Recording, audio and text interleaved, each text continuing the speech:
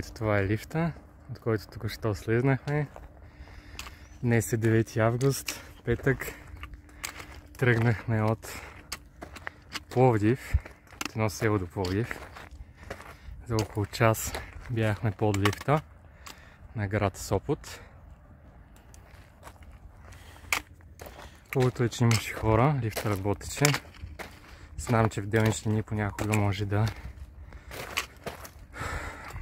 Ако няма група, лифта да не работи, да чака да се събере група, но днес имаше доста хора. И сега се качихме тук, Стара планина, и отиваме към хижа Добрила. Плана за днеска е да направим траверса Добрила Ботев. Все още ходим по пътеката от лифта до хижа Добрила. Общо взето тя представлява един голям път, черен път, но може да се минава и малко страни от него, както правим ние в момента.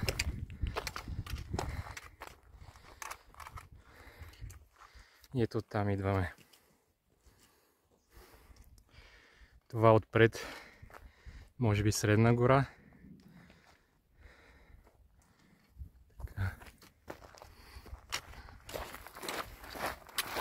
Вече пристигаме на хижа Добрила. Тя е доста голяма хижа, добре оборудвана. Мисля, че се използва от хората, които правят коме и не. Отне ни около 1 час от лифта, което мисля, че е добре. Така, спокойно темпо. Има даже футболно игрище, не знам дали се вижда на камерата. И следващата ни стъпка е, следващата ни отправна точка е връх Амбарица.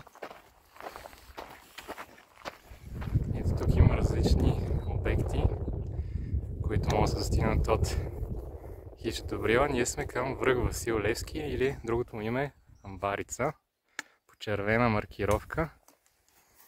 Би трябвало да има и колове, там също има табелки. Да ги видим ли? Табелките. Може да има колко часа е.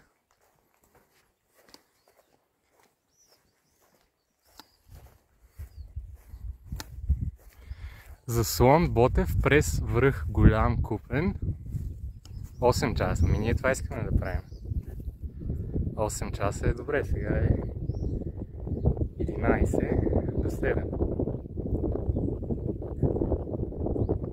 7, добре. И това трябва да е червената маркировка за връх Амбарица.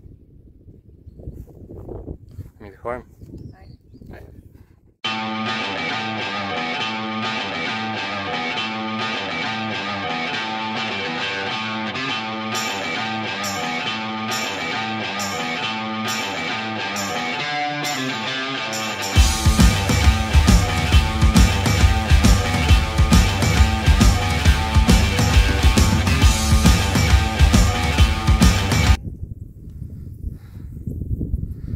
Ето тук се вижда продължението на нашия преход. Връх Купена и зад него Ботев. А това ни е атаката на Амбарица. Последни метри за връх Амбарица или Васил Левски.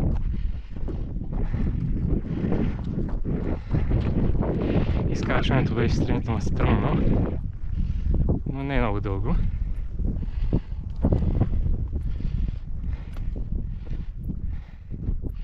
За около час и половина, може би, от хижа Добрила. Колко са бяха на хижа Добрила? Не, глупости. Значи 1 час. Къде? От хижа Добрила. Добре, поправка. 1 час хижа Добрила. Ако е върха реално погледнато?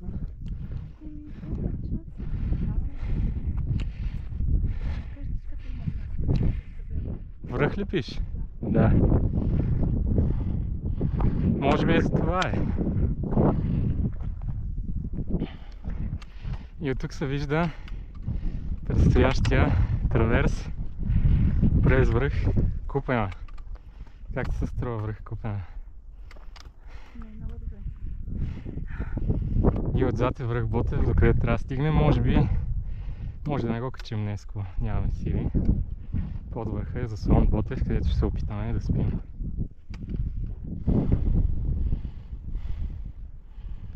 Предполагам, че това е малка амбарица. Да. Лекото връхче. Ще идем бързо до него и после се спускаме надолу. Виждам някакво възвишение преди Купена, не знам дали е връх. Ще преценим откъде да го минем и след това Купена. Мисля, че има въжета и от двете страни.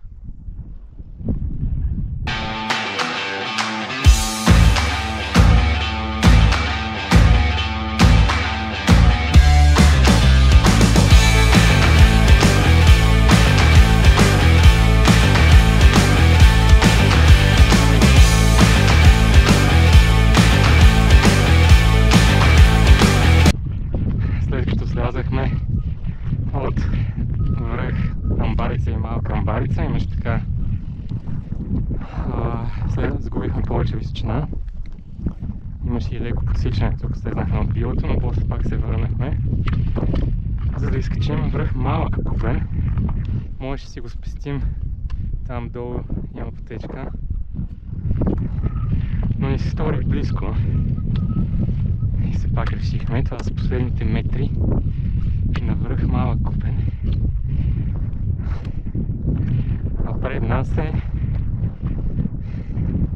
масива на връх Голям Купен, където ще идем след малко. И после Ботев.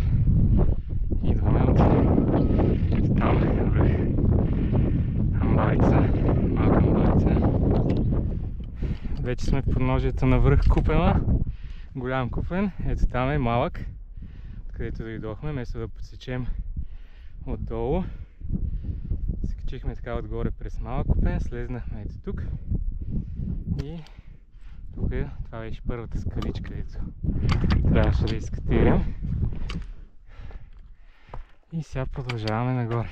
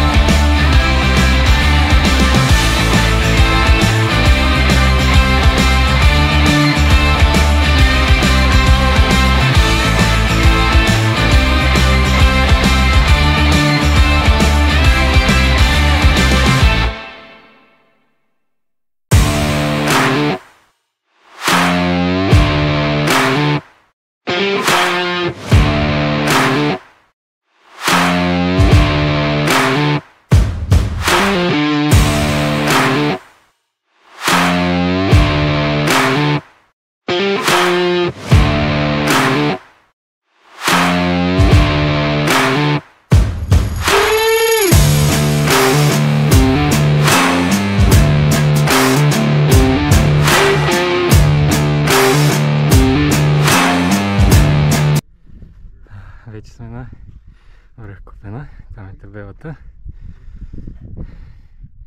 Идваме от връх Амбарица и по-надолу хижа на Брила. Самото качване на Купнена беше окей. Имаше само едно място с малко катерене. Но пък беше интересно. Да. И сега ни предстои там.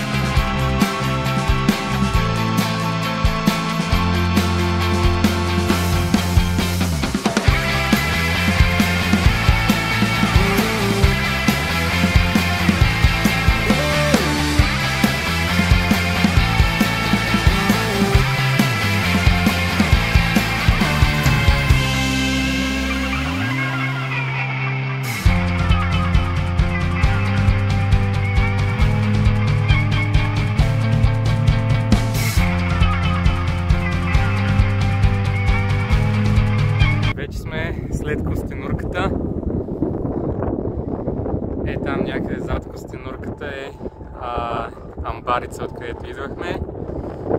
Това тук е голям купен. Голям кръстец изкачихме ето тук. И по стенурката е тази скално платформа. Поминахме я и после я качихме от тази страна. Така, тук доста вятър. Стои това изкачване и след това сме надолу на случай. Така, вече изкачихме връх Жълтец, слезнахме, малко подсякохме, там горе е Млечния чал, го подсяхме от тази страна, че вече сме доста изморени, но общо взето минахме всичките върхове без Млечния чал и сега вървиме вече по най-широката пътека до сега. По билото сме пак към заслон Ботев. Надяваме се да има хора в заслона, които да ни приютат. Звъняхме 2 дена подред, но се нямаше обхват телефона на заслона и така и не можахме да резервираме. Часът е към 7. Мисля, че 8 някъде ще сме там. И се надяваме да ни приютат. Леко прекапаха няколко капки дъжд, но за сега се разминава. Вижда се кулата на Ботев. Като цяло той ще остане може би и за утре. Когато може да се върнем през Ботев, Тарзановата пътека, Райското плескало, Хижарай, към Паниците. Ще трябва да измислим как от Паниците да се върнем на лифта в Сопот. Надяваме се, че ще може да намерим начин. Вероятно с някое такси. Ето, стигнахме заслона. Няма да сме гладни. Ще има къде да спим. Ще има къде да спим. Ще хапнем. Взехме пилешка супа. Свинско с картофи. Една салатка, една тортичка и хляб. И така. Успяхме да стигнем към 7:30 някъде. Значи от колко се тръгнахме? От лифта? Почти 10. От хижата. Да, 10 без нещо до 8 без нещо. 10 часа. 10 часа от лифта през Добрила, Амбарица, малка Амбарица, малък купен, голям купен, голям кръстец, Костенурката, Жълтец, Млечния чал го подсякохме и заслона. За утре плана е през Ботев към Паниците. Да видим дали няма да ни хрумне нещо друго.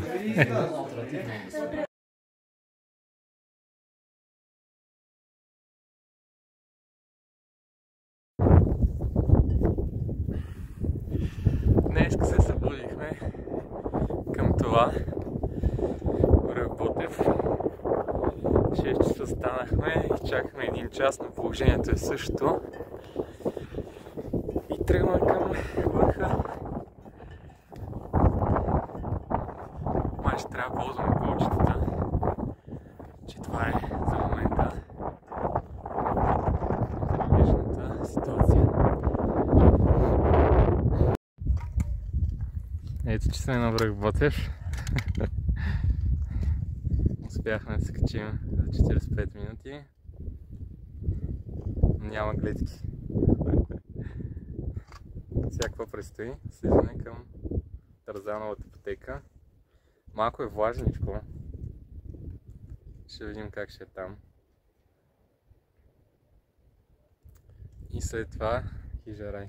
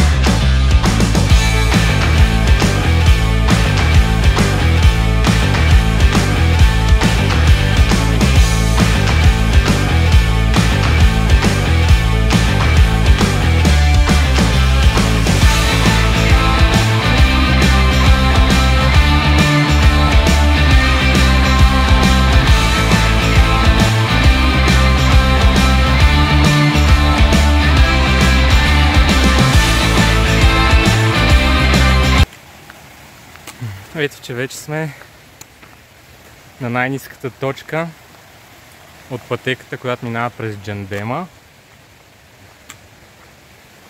Така в доста гориста местност, което спомага да е хладно. Всъщност след Тарзановата пътека се спряхме на Хижерай.